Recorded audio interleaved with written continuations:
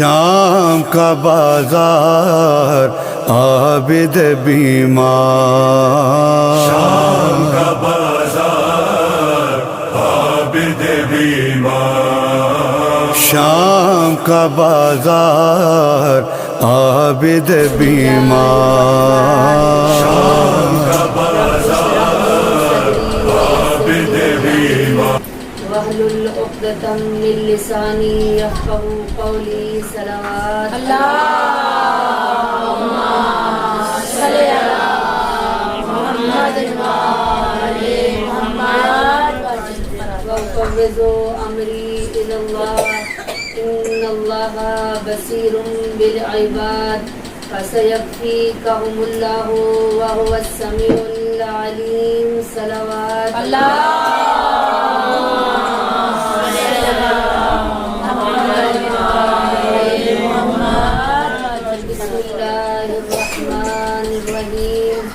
الحمدللہ الذی لا یبلغ مدحتہ القائلون ولا یحصی نعماءہ العادون ولا یؤدی حقہ المجتہدون الذی لیس لصفتہ حد محدود ولا نعت ممدود فطر الخلائق بقدرتی ونشر الریاح برحمتی ثم الصلاة والسلام علی اشرف الانبیاء والمرسلین وخاتم النبیین بالقاسم محمد۔ اللہم صلی علی محمد وآل محمد وآل الطیبین الطاہرین المعصومین المظلومین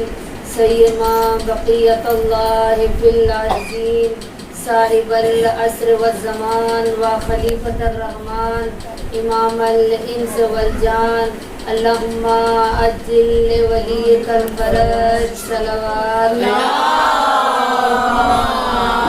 صلی علی محمد وآل محمد۔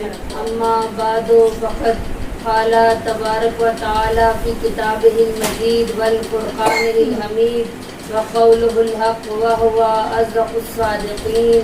بسم اللہ الرحمن الرحیم قد افلح من زکاہا۔ صلوات اللہم صلی علی محمد وآل محمد۔ نعرہ تکبیر، نعرہ رسالت یا رسول اللہ، نعرہ رسالت یا رسول اللہ، نعرہ حیدری یا حیدری یا علی، جان علی ہے نعرہ حیدری یا علی، پہچان علی ہے نعرہ حیدری یا علی، کا ایمان علی ہے نعرہ حیدری یا علی، کا یہ عقیدہ ہے کہ علی کا نام لینے سے ختم قرآن کا ثواب ملتا ہے۔ ہاتھوں کو بلند کرے کہ نجف قوالی ہماری صدا پر لبیک کہے اور کہے کہ میرے چاہنے والے مجھے پکار رہے ہیں۔ کل کفا کو، حاجت روا کو، انما کو پکارنا ہے جس نے ولیوں کی مدد کی، نبیوں کی مدد کی، ہر بندہ مومن کی مدد کرنے والا، ہر عاصی و گناہگار کی پہلی رات قبر میں آنے والے کو پکارنا ہے۔ بیمار اپنی بیماریوں کو ذہنوں میں رکھتے ہوئے اور حاجات والی میری مائیں بہنیں اپنی حاجات کو اپنے ذہنوں میں رکھتے ہوئے کہ نجف قوالی ہماری صدا پر لبیک کہے اور کہے کہ میرے چاہنے والے مجھے پکار رہے ہیں۔ نعرہ حیدری حیدری حیدری محمد والے محمد۔ صلوات اللہم صلی علی محمد وآل محمد۔ صرف آپ کی توجہ کے لیے کہا مجھے مشکل سے کیا خطرہ علی کا نام کافی ہے، مجھے مشکل سے کیا خطرہ علی کا نام کافی ہے، اجل کا روک دور رستہ علی کا نام کافی ہے۔ علی کا نام لے کر جو لحد میں اٹھ بیٹھی، علی کا نام لے کر جو لحد میں اٹھ بیٹھی، فرشتوں نے کہا سو جا علی کا نام۔ نعرہ حیدری حیدری حیدری، مولا کی شان پر بلند صلوات۔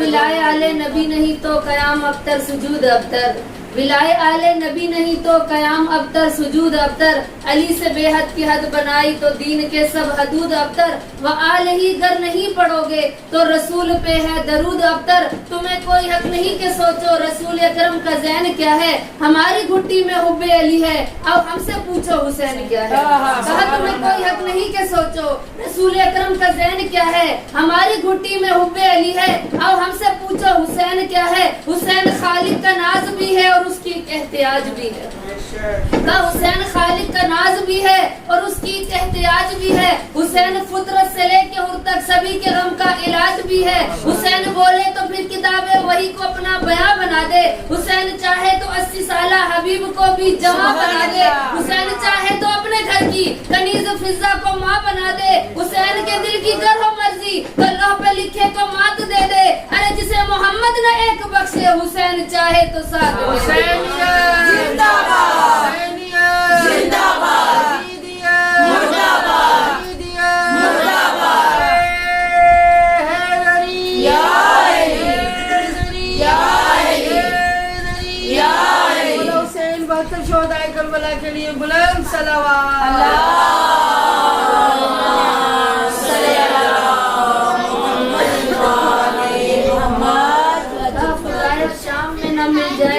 سجاد کو جاننے والا، خدایا نہ مل جائے کوئی شام میں زندان میں سجاد کو جاننے والا، بازار کے ہر موڑ پہ یہ دعا مانگ رہا ہے، تاریخ نے غیرت کا خدا لکھا ہے جس کو، تاریخ نے غیرت کا خدا لکھا ہے جس کو، ہر موڑ پہ زینب کی رضا مانگ رہا ہے، صلوات پڑھ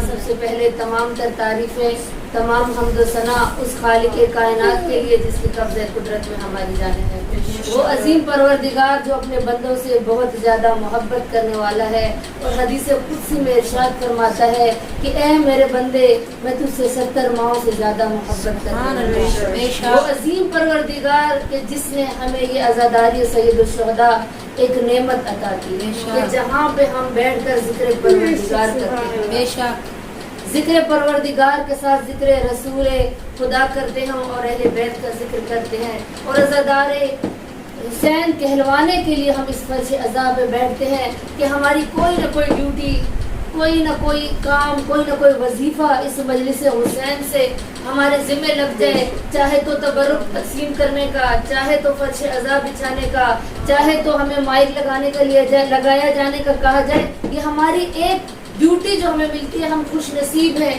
کہ مجلس حسین کی عزاداری حسین کے لیے، مظلوم کربلا کے لیے فرش بچھانے والوں میں ہمارا نام۔ عزیزان گرامی، یہ بہت بڑی ڈیوٹی ہے، اور اگر ہم سمجھے تو ہمارے لیے یہ شرف ہے، یہ فضیلت کا باعث ہے کہ صرف میں اور آپ نہیں، جا کر دیکھیے حرم امام حسین علیہ السلام میں، نجف میں جائے، مشہد جائے، دیکھیں بڑے بڑے ڈاکٹر خادمین حرم بنے ہوئے ہیں، بڑی بڑی خدام جو ڈاکٹر ہے، کوئی انجینئر ہے، کوئی استاد ہے، وہ یہ کام کر رہے ہیں، تو ان سے پوچھا جائے تو وہ کوئی غریب نہیں ہے بلکہ بڑے بڑے طبقے سے ہیں، اور اپنے ایک ایک گھنٹے کی ڈیوٹی لکھواتے ہیں کہ ہمیں 1 گھنٹے کی ڈیوٹی مل جائے کہ ہمارا نام خادمین حرم امام حسین علیہ السلام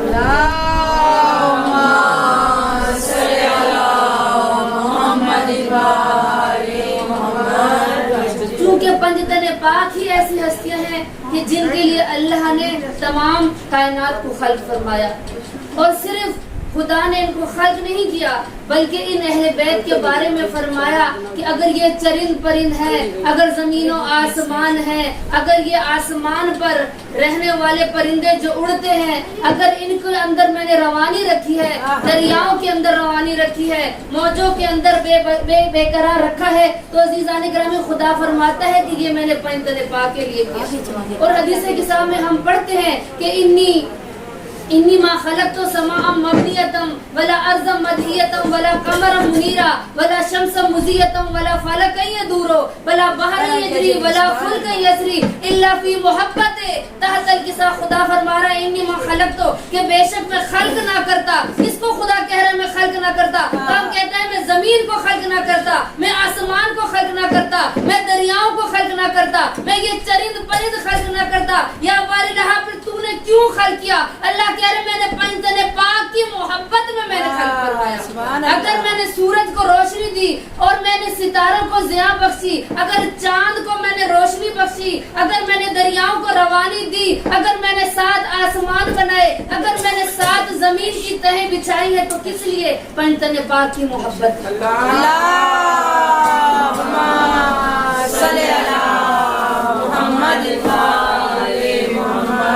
تو عزیزان گرامی، یہ پنجتن پاک وجہ تخلیق کائنات ہے کہ جن کو اللہ نے خلق کیا تو ہم نہیں تھے تب بھی یہ موجود تھی ہستیاں، اور ہم نہیں ہوں گے تب بھی یہ ہستیاں موجود ہوں گی۔ کہ جب حضرت آدم علیہ السلام کے پتلے کو اللہ نے تیار کیا اور کہا قرآن میں وَنَفَخْتُ فِيهِ مِن روحی، کہ میں اس کے اندر اپنی روح بھیج رہا ہوں، اور روح ڈالنے کے بعد اللہ نے کیا کیا؟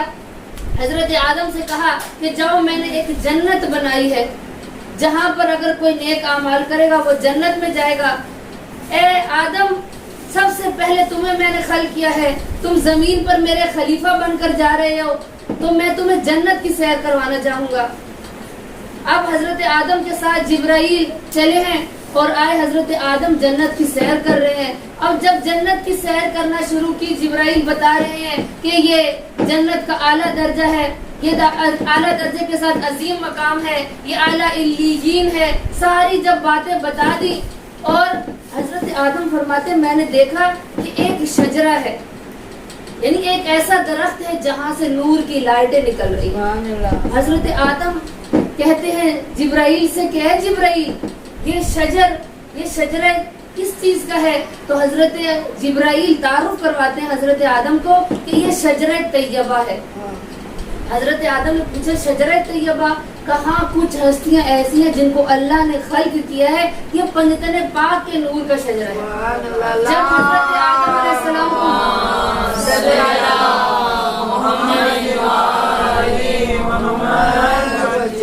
اب جب حضرت آدم نے یہ سنا کہ یہ شجرہ طیبہ ہے اور مجھ سے پہلے کچھ ہستیاں اللہ نے خلق کی ہیں، تو جبرائیل سے کہا کہ مجھے تو خدا نے فرمایا کہ انی جاعل فی الارض خلیفہ، اے آدم میں تجھے زمین میں سب سے پہلا اپنا خلیفہ بنا کر بھیج رہا ہوں، تو مجھ سے پہلے کون سی ہستیاں ہیں کہ جو یہاں پر موجود ہیں جنت میں؟ تو اس وقت جبرائیل نے کہا کہ یہ جو سب سے پہلا شجرے کے اندر پہلا درخت تنا کے ساتھ جو ہے شاخ دیکھ رہے ہو، یہ حضرت محمد ہے، کا یہ حجاب نبوت ہے، اور یہ دوسرا حجاب کون سا ہے؟ کا یہ حجاب امامت ہے، کا تیسرا نور کون سا ہے؟ کا یہ بھی حجاب امامت ہے، کہا چوتھا نور کس کا ہے؟ کا یہ بھی حجاب امامت ہے، اور جب 5ویں نور کی باری آئی جبرائیل خاموش ہو گیا۔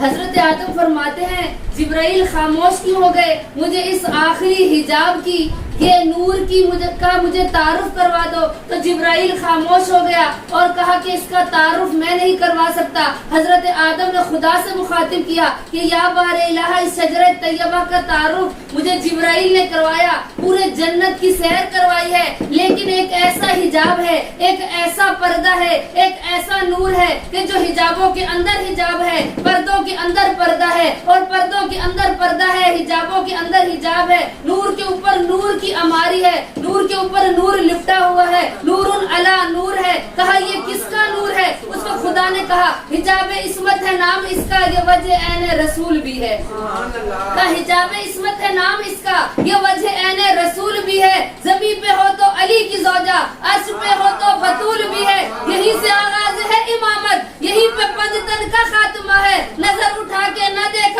آدم حجاب عصمت میں فاطمہ ہے۔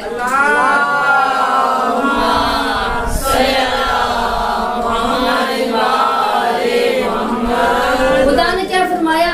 نظر اٹھا کے نہ دیکھ آدم حجاب عصمت میں فاطمہ ہے، یعنی پنجتن پاک کا تعارف جہاں جبرائیل بھی نہ کروا سکے۔ یہ حدیث قصہ ابھی مجھ سے پہلے تھوڑی دیر پہلے حدیث قصہ کی تلاوت ہوئی ہے، تو حدیث قصہ میں بھی ہے کہ جب پنجتن پاک اکٹھے ہو جاتے ہیں، وہ جبرائیل کہ جو در اہل بیت پر آتا تھا، کہیں جناب حسنین کا جھولا جھلانے کے لیے، کبھی ان کا دربان بن کے آ رہا ہے، کبھی ان کا درزی بن کر آ رہا تھا. اور جب یہ پنجن پاک چادر کے نیچے اکٹھے ہو گئے تو جبرائیل بھی پہچان نہ سکا کہ یہ پنجن پاک کا نور ہے یا کون ہے، اور خدا سے کہا یا ربی ومن تحت الکسا، کہ یا بار الہ اس چادر کے نیچے کون ہے. تو اس وقت پروردگار نے تعارف کروایا، ہم فاطمہ تو و ابوہا و بالوہا و بنوہا، کہ اس چادر کے نیچے فاطمہ ہے، اس چادر کے نیچے فاطمہ کے بابا ہے، اس چادر کے نیچے فاطمہ کا شوہر نامدار ہے، اس چادر کے نیچے فاطمہ کے بیٹے ہیں. یعنی پتہ کیا چلا کہ اللہ نے تعارف کروایا.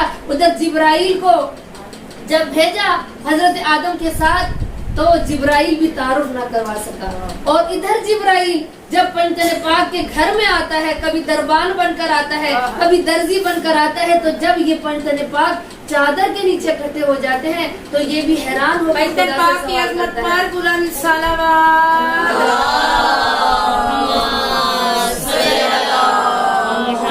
نعرہ تکبیر، نعرہ رسالت، نعرہ حیدری، حیدری، بلند صلوات.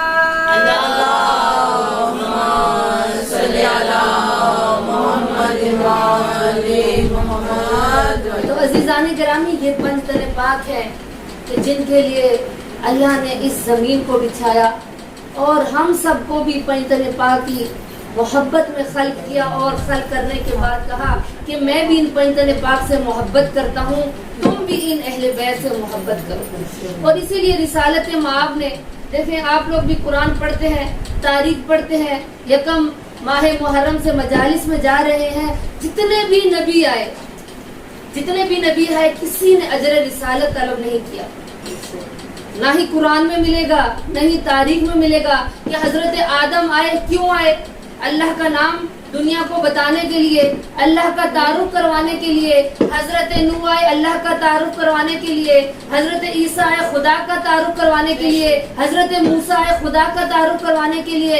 لیکن کسی بھی نبی نے اجر رسالت طلب نہیں کیا. ایک نبی نے اجر رسالت طلب کیا، اور وہ ہے خاتم النبیین نبی، جو احمد مرسل ہیں، کہ جن کو اللہ نے حکم دیا کہ اے نبی جانے سے پہلے لوگوں سے اپنا اجر رسالت طلب کرو. آپ کے ذہنوں میں شاید یہ سوال ہو یا نہ ہو، لیکن دعوت فکر دے کر سوال کا جواب نہیں دوں گی کہ کیوں دوسرے نبیوں نے اجر رسالت طلب نہیں کیا. حضرت محمد بھی اگر آئے دنیا میں تو کس لیے آئے تھے؟ اللہ کی پہچان کروانے کے لیے، اللہ کے معبود ہونے کا، اللہ کے برحق ہونے کا یہ بتانے کے لیے آئے. کسی نبی نے اجر رسالت طلب نہیں کیا. صرف ختم مرتبت نے، یعنی آخری نبی نے کیوں اجر رسالت طلب کیا اور کہا قُلْ لَا أَسْأَلُكُمْ عَلَيْهِ أَجْرًا إِلَّا الْمَوَدَّةَ فِي الْقُرْبَى. نہیں کہا کہ تمہارے پاس مال و دولت ہے وہ مجھے دے دینا، نہیں کہا کہ تمہارے پاس زمینیں ہیں تو وہ مجھے دے دینا، نہیں کہا کہ اپنی جان مجھے دے دو، نہیں کہا کہ اپنا نفس مجھے دے دو، نہیں کہا کہ اپنی اولاد مجھے دے دو. کچھ بھی نہیں مانگا. تو کیا مانگا؟ اجر رسالت، مودت فی القربہ، کہ اپنے اہل بیت سے مودت رکھنا. عزیزان گرامی، محبت بہت عام درجہ ہے. جو دنیا میں ایک ماں کو اپنی اولاد سے محبت ہوتی ہے، ایک دوست کو دوست سے محبت ہوتی ہے، ایک بہن کو بھائی سے محبت ہوتی ہے، ایک رشتہ دار کو دوسرے سے محبت ہو جاتی ہے. لیکن محبت کا لفظ استعمال نہیں کیا نبی نے، مودت کا لفظ استعمال کیا. یعنی محبت سے اعلیٰ درجہ ہے مودت کا. جہاں محبت کی منزلیں ختم ہوتی ہے وہاں مودت کا پہلا درجہ شروع ہو جاتا ہے. اور وہی رسالت مآب نے طلب کیا. نہیں کہا کہ مجھے دنیا کی محبت چاہیے، نہیں کہا میں نے اتنی تبلیغ کی مجھے فلاں چیز چاہیے. صرف مانگا تو مودت مانگی کہ میرے جانے کے بعد میرے اہل بیت سے مودت رکھنا، ان سے قرب رکھنا، ان کے قریب ہو جانا. اور صرف نہیں، یہی نہیں عزیزان گرامی، کئی جگہ پر بیان کیا کہ میرے اہل بیت سے محبت کرو. اور ہم قرآن میں پڑھتے ہیں وَمَا يَنْطِقُ عَنِ الْهَوَىٰ إِلَّا وَحْيٌ يُوحَىٰ، کہ رسالت مآب وہ نبی ہیں کہ جب تک خدا نہ چاہے رسالت مآب کلام نہیں کرتے، زبان کو جنبش نہیں دیتے، لسان مبارک کو حرکت نہیں دیتے ہیں. جب تک وہی نازل نہ ہو جائے. تو یعنی اہل بیت سے محبت کا درجہ ایک ایسا درجہ ہے کہ جو محمد اہل بیت سے محبت کرتے ہیں، جن اہل بیت سے محبت کرنے کا اللہ نے حکم دیا، رسالت معاب نے بھی ان کی سے محبت کر کے بھی دکھائی. مسجد نبوی کہ جہاں پر ایک دن رسالت معاب خطبہ دے رہے ہیں تو دیکھا کہ خطبہ دیتے ہوئے ایک چھوٹا سا بچہ مسجد نبی میں داخل ہوا اور ابا کے دامن میں الجھ کر جب گرنے لگا تو رسالت معاب نے خطبہ چھوڑ دیا اور خطبہ چھوڑ کر گئے، اس بچے کو گود میں اٹھایا. تمام پوری کی پوری مسجد تمام صحابیوں سے بھری ہوئی تھی. لوگوں نے کہا یہ کیا ہو گیا کہ کوئی بھی اس طرح سے ممبر چھوڑ کر نہیں جاتا ہے. اگر عزیزان گرامی ایک چھوٹی سی مثال دوں گی سمجھانے کے لیے. اگر میں یہاں سے ممبر چھوڑ کے چلی جاؤں، آپ سب پریشان ہوں گے کہ کیا ہوا، کہ اچانک ممبر کیوں چھوڑ دیا، اچانک خانم یہاں سے کیوں چلی گئی، یقیناً کوئی مسئلہ پیش آیا. اب جب رسالت معاب نے ممبر چھوڑا اور چلے ہیں اس بچے کی طرف، لپکے ہیں اس بچے کی طرف، تمام صحابیوں نے اپنی گردنیں موڑی، تمام مسجد نبوی میں آنے والے مسلمانوں نے اپنی گردنیں موڑی کہ یہ کیا ہوا رسول اکرم کو، کہ جو اچانک مسجد نبوی کا ممبر چھوڑ کر اس دروازے کی طرف، اس بچے کی طرف لپکے ہیں. اور جب رسالت معاب کو دیکھا تو کیا دیکھا؟ صلوات پڑھیں پر محمد والے محمد.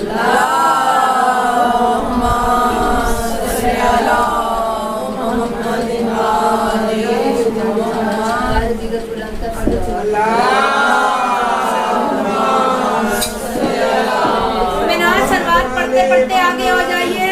اللہ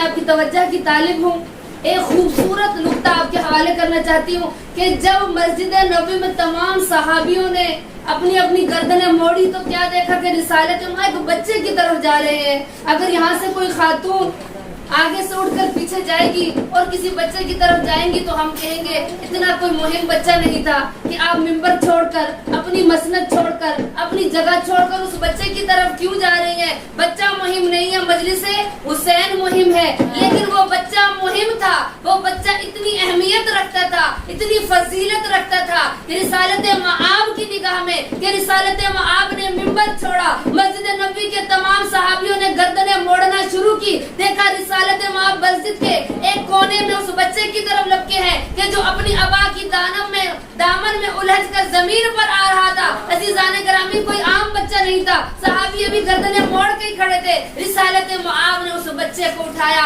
اٹھا کر اپنے سینے کے ساتھ لگایا اور کہا حاذل حسین فارفو، یہ میرا حسین ہے، اس کو پہچان لو. نعرے حیدری حیدری حیدری، عظمت امام حسین علیہ السلام، بلند صلوات.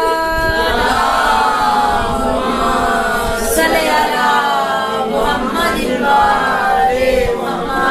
صرف یہ نہیں کہ جناب حسین کو اٹھایا اور کہا کہ یہ حسین ہے، بلکہ تمام لوگوں نے کہا کہ یہ کیا ہوا، حسین کو اٹھایا اور کہا یہ حسین ہے، ہم اس بچے کے نام سے واقف ہیں. اب سینے کے ساتھ لگا کر رسالت معاب اس بچے کا تعارف کروا رہے ہیں. کہا یا قرۃ عینی، یہ میری آنکھوں کی ٹھنڈک ہے. انی سلم لمن سالمکم، کہ بے شک اس کا خون میرا خون ہے، اس کا گوشت میرا گوشت ہے، اس کی ہڈیاں میری ہڈیاں ہیں. اور پھر یہی نہیں کہا، پھر کہا حسین منی و انا من الحسین، حسین مجھ سے ہے اور میں حسین سے. سبحان اللہ سبحان اللہ. حسین کا تعارف کروایا کہ یہ حسین کوئی عام ہستی نہیں ہے. اور اس حسین کا تعارف کروانے کے بعد چونکہ رسالت معاب کو پتا تھا کہ میرے جانے کے بعد اسلام کے اندر پیوند کاریاں شروع ہو جائیں گی، اسلام کے اندر لوگ اپنی مرضی سے شریعت کو داخل کریں گے. میرے جانے کے بعد اسلام کا حال وہی ہوگا کہ اگر ایک ٹکڑا رکھا ہو ہر کوئی اپنی مرضی سے آ کر اس کو کاٹ کر لے جائے گا. رسالت معاب اپنے جانے سے پہلے امام حسین کا تعارف کروا رہے ہیں کیونکہ حسین کون ہے؟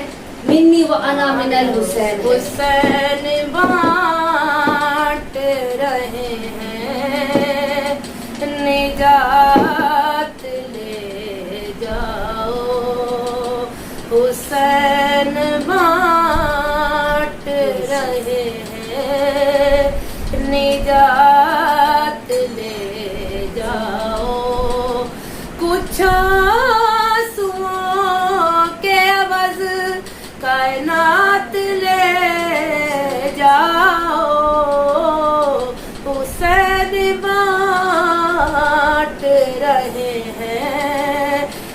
نجات لے. مولا کی شان پر بلند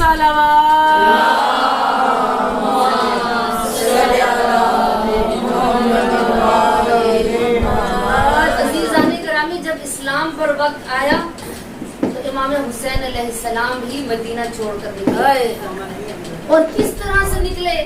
اپنے بچوں کو بھی ساتھ لیا، اپنی بہنوں کو ساتھ لیا، اپنے جوانوں کو ساتھ لیا، اپنے بھائیوں کو ساتھ لیا. اور جب مدینہ سے نکلے تو کسی نے نہیں کہا کہ یا حسین آپ رک جائیں، ہم آپ کا ساتھ دیں گے، کربلا جانے کی ضرورت نہیں، آپ مدینہ میں ہی رہیں. کسی نے نہیں کہا.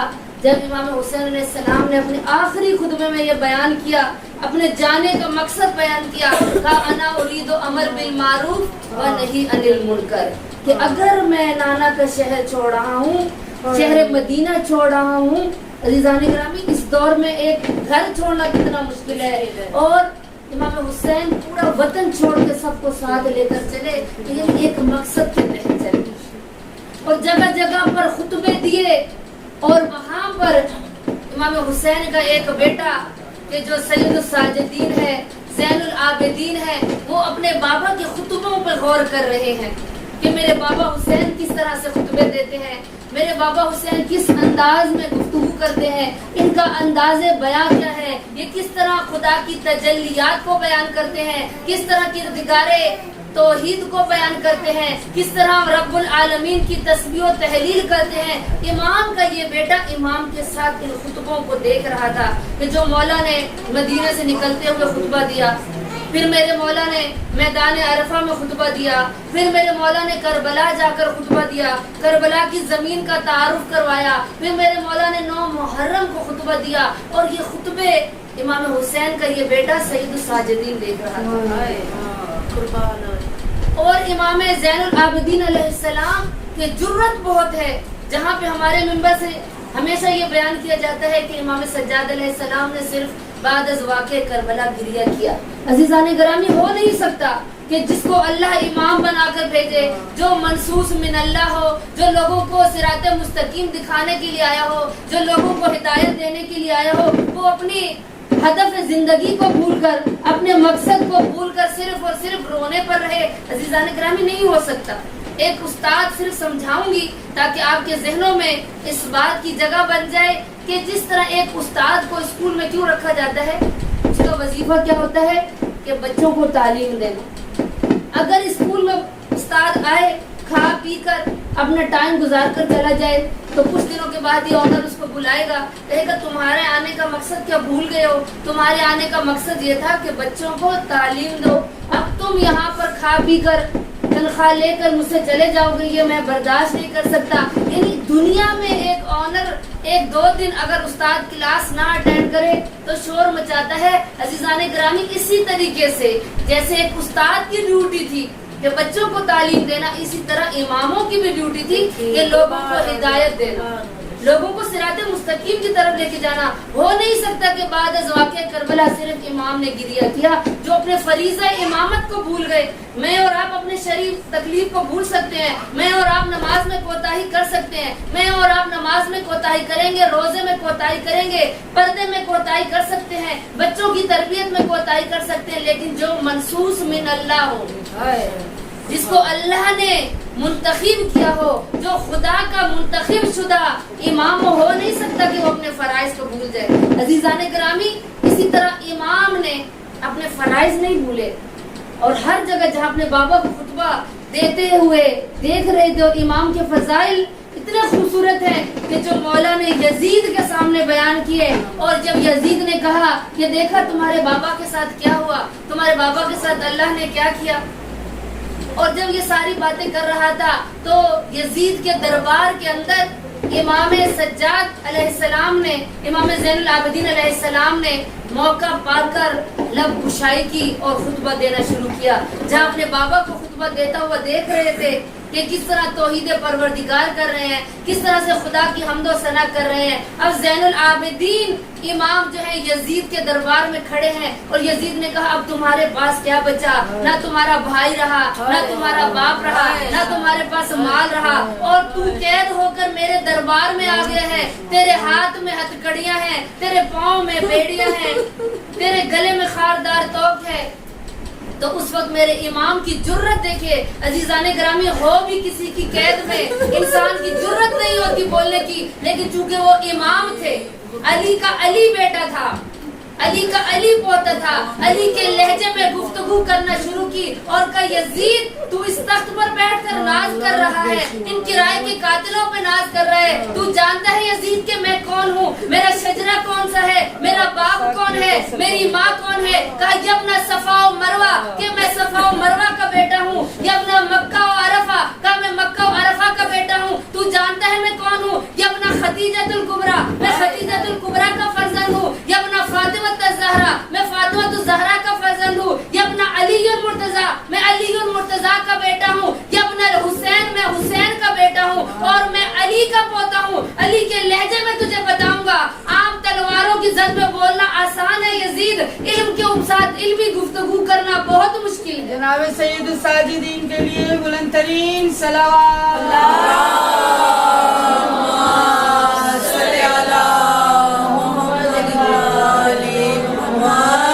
اب میرے مولا نے خطبہ شروع کیا اور میرے مولا فرماتے ان اللہ آتینا تسعۃ اشیاء, کہا بے شک اللہ نے ہم اہل بیت کو 7 چیزیں عطا کی ہیں. اور 7 چیزیں کون سی؟ یزید خاموش ہو کر کہا کہ امام کی گفتگو سننے لگا. صرف یزید نہیں بلکہ پورا کہا دربار امام کی طرف متوجہ ہوا کہ یہ ایک قیدی ہو کر اتنی فصیح و بلیغ زبان میں گفتگو کر رہا ہے, اتنی شجاعت دکھا رہا ہے, اتنی بہادری دکھا رہا ہے. عزیزان گرامی صلوات پڑھیں.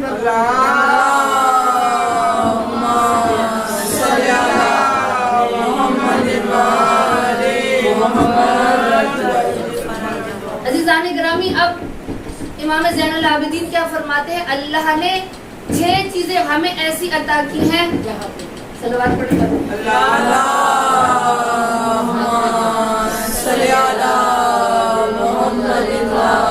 ہمیں 6 چیزیں ایسی عطا کی ہیں جو دنیا میں اللہ نے کسی کو عطا نہیں کی, یعنی ہم اہل بیت کو. کون سی چیزیں؟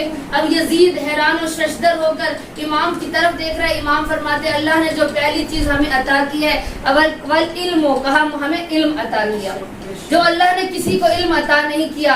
ہم اہل بیت کسی کے دروازے پر نہیں گئے, کسی کالج یونیورسٹی میں نہیں گئے, کسی اسکول میں نہیں گئے, کسی معلم کے سامنے ہم نے زانو ادب طے نہیں کیے اے یزید. اور دوسری چیز جو اللہ نے ہمیں عطا کی ہے وہ ہے علم عطا کیا, ہمیں بردباری عطا کی, ہمیں تقوی عطا کیا, ہمیں پرہیزگاری عطا کی. کا تیسری چیز کون سی عطا کی؟ کا تیسری چیز والصباحہ, کہا کہ مجھے صباحت اللہ نے دی ہے. کون سی صباحت؟ کہا ہمیں اللہ نے فصیح و بلیغ زبان عطا کی ہے. اور کہا چوتھی چیز کون سی عطا کی ہے؟ کہا والشجاع, اللہ نے ہمیں شجاعت عطا کی ہے. اے یزید کرائے کے قاتلوں کی زد میں بولنا, ان ننگی تلواروں کی زد میں بولنا تو بہت آسان ہے. یہ تیرے کرائے کے قاتل ایک دن ختم ہو جائیں گے. اے یزید شجاعت دکھانا اس بڑے دربار میں. تو ہمیں قیدی کر کے کیا سمجھتا ہے کہ ہم ختم ہو جائیں گے؟ تو کیا سمجھتا ہے کہ تو نے امام حسین کی نسل کو ختم کر دیا؟ اے یزید تو ختم ہو سکتا ہے لیکن ہم اہل بیت ختم نہیں ہو سکتے, کیونکہ ہم وجہ تخلیق کائنات ہے. پھر کہا کون سی چیز عطا کی ہے؟ کہا آخری چیز جو ہمیں عطا کی ہے کہ ان فی محبت القلوب المؤمنین, کہا اللہ نے ہماری محبت اہل بیت کی محبت مومنوں کے دلوں میں قرار دی. اے یزید جسموں پہ راج کرنا تو آسان ہے لیکن دلوں پہ راج کرنا مشکل ہے. مومنوں کے دلوں پہ ہم اہل بیت راج کرتے ہیں. تو جسموں کا مالک ہے لیکن ہم دلوں کے مالک ہیں.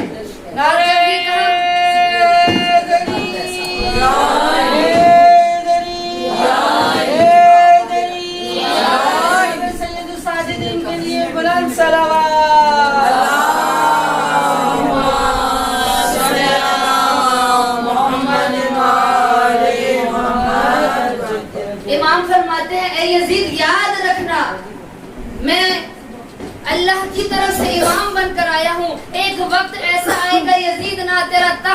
گا، نہ تیرا وقت رہے گا، نہ تیرا تاج رہے گا، نہ تیری حکومت رہے گی۔ اگر نام ہوگا تو میرے بابا حسین کا ہوگا، اور اگر شام کو یاد کیا جائے گا تو میری پھوپھی زینب کے نام سے یاد کیا جائے گا، جو فاتح شام بن کر شام سے جائے گی۔ ہم جب تک شام سے نہیں جائیں گے جب تک میرے بابا حسین کا نام بلند نہیں ہوگا، اور میری پھوپھی فاتح شام کا لقب لے کر شام سے نہیں جائے گی۔ ہم شام کو چھوڑ کر جانے والے نہیں ہیں۔ ان تلواروں کی زد پہ بولنا، ان کرائے کے قاتلوں پہ سامنے بولنا آسان ہے یزید، لیکن تخت کے اوپر بیٹھ کر تو ناز کر رہا ہے کہ تیرا تخت ختم ہو جائے گا۔ عزیزان گرامی، آج نہ یزید کا نام ہے، نہ اس کا تخت ہے، نہ اس کا وقت ہے، نہ اس کا تاج ہے۔ یعنی امام کے جملے کس قدر عمیق اور گہرے تھے کہ لوگوں کے دلوں پہ اثر کر گئے، کہ آج امام کا خطبہ جب پڑھتے ہیں تو پڑھنے والے کو بھی جرت محسوس ہوتی ہے کہ ہمارا امام وہ ہے کہ جس کے پاس علم بھی ہے، جس کے پاس علم بھی ہے، جس کے پاس تقوی بھی ہے، جس کے پاس پرہیزگاری بھی ہے، جس کے پاس شجاعت بھی ہے، جس کے پاس صحابہت بھی ہے، اور جو مومنین کے دلوں پہ راج کرنے والے ہیں وہ ہمارے اہل بیت ہیں۔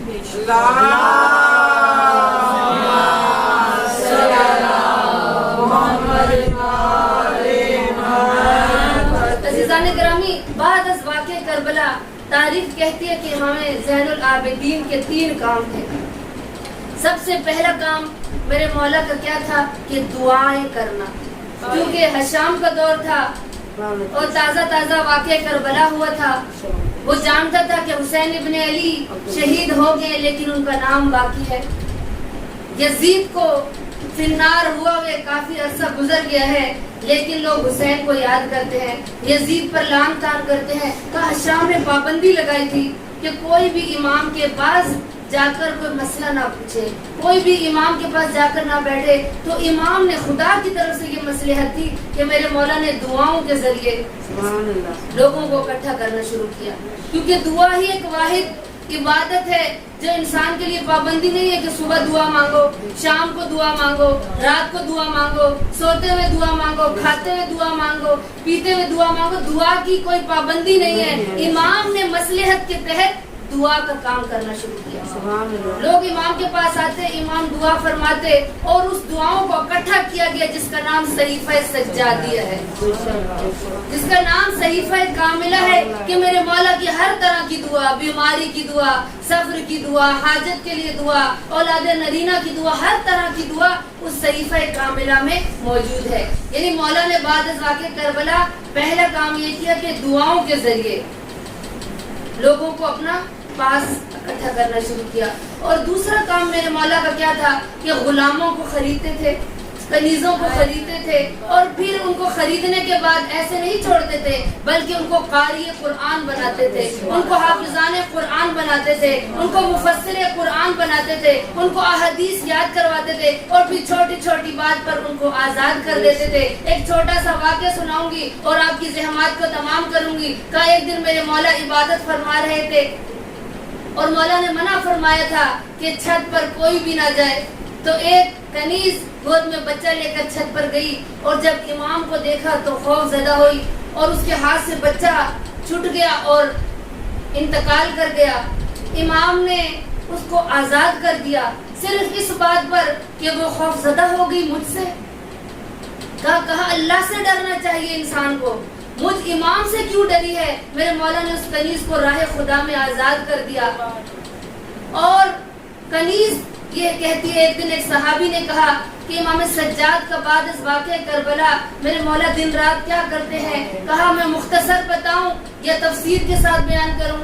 کہا آپ جامعہ گفتگو کریں۔ تو اس کنیز نے کہا کہ نہ کبھی میں نے دن میں ان کے لیے کھانا بنایا ہے اور نہ ہی رات کو کبھی بستر بچھایا ہے۔ یعنی امام زین العابدین دن کو روزے کی حالت میں ہوتے تھے اور رات کو عبادت کے لیے مصلی عبادت پر ہوتے تھے، اور چھوٹی چھوٹی بات پر غلاموں کو، کنیزوں کو آزاد کر دیتے تھے۔ تو عزیزان گرامی، اب جو غلام آزاد ہو رہا تھا، جو کنیز آزاد ہو رہی ہوتی تھی، وہ کوئی عام بندہ نہیں جا رہا ہوتا تھا، کوئی نوکر بن کے دروازے سے نہیں جا رہا ہوتا تھا، کوئی حافظ قرآن بن کے جا رہا ہوتا تھا، کوئی مفسر قرآن بن کے جا رہا ہوتا تھا، کوئی راوی حدیث بن کے جا رہا ہوتا تھا، اور جا کر مولا کی احادیثوں کو لوگوں کو بیان کیا کرتے تھے۔ اور تیسرا کام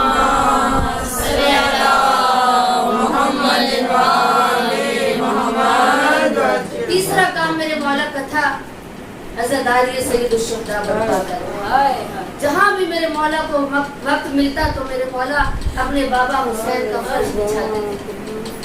اسی لیے عزاداروں تاریخ میں ملتا ہے کہ ایک دن میرے مولا اپنی مسند پر تشریف فرما تھے کہ ایک شخص مولا کے بزم میں آیا اور زانوئے ادب تہ کر کے کہتا ہے کہ اپنا رسول اللہ میری بیٹی کی شادی ہے, میں چاہتا ہوں آپ میرے گھر تشریف لائیں.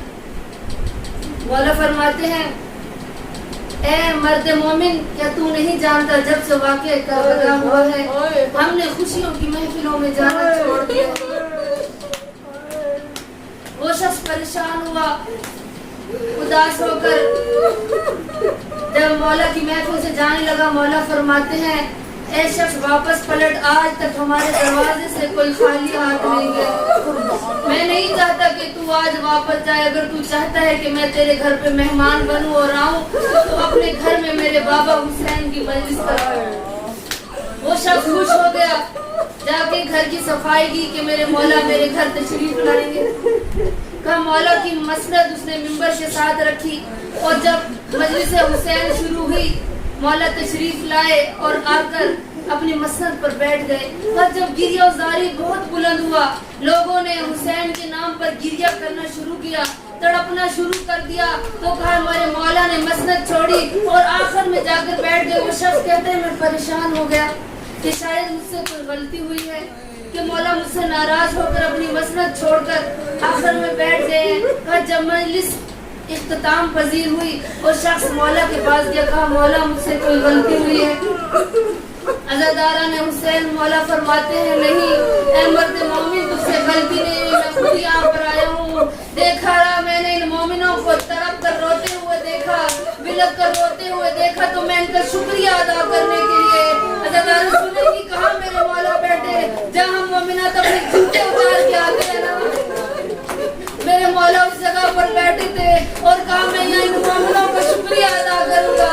ارے انہوں نے کربلا میں میرے بابا کو شہید ہوتا ہوا نہیں دیکھا, اور انہوں نے میرے بابا کی پیاس نہیں دیکھی, اور انہوں نے علی اکبر کے کلیجے میں بچی رکھتی نہیں دیکھی, اور انہوں نے قاسم کا لاشا پامال ہوتا ہوا نہیں دیکھا, اور انہوں نے نہیں دیکھا میرے بابا نے اب کس طرح علی اصغر کے لیے پانی طلب کیا, اور انہوں نے شام غریبہ نہیں دیکھی. میں ان کا شکریہ ادا کرنے کے لیے آیا ہوں.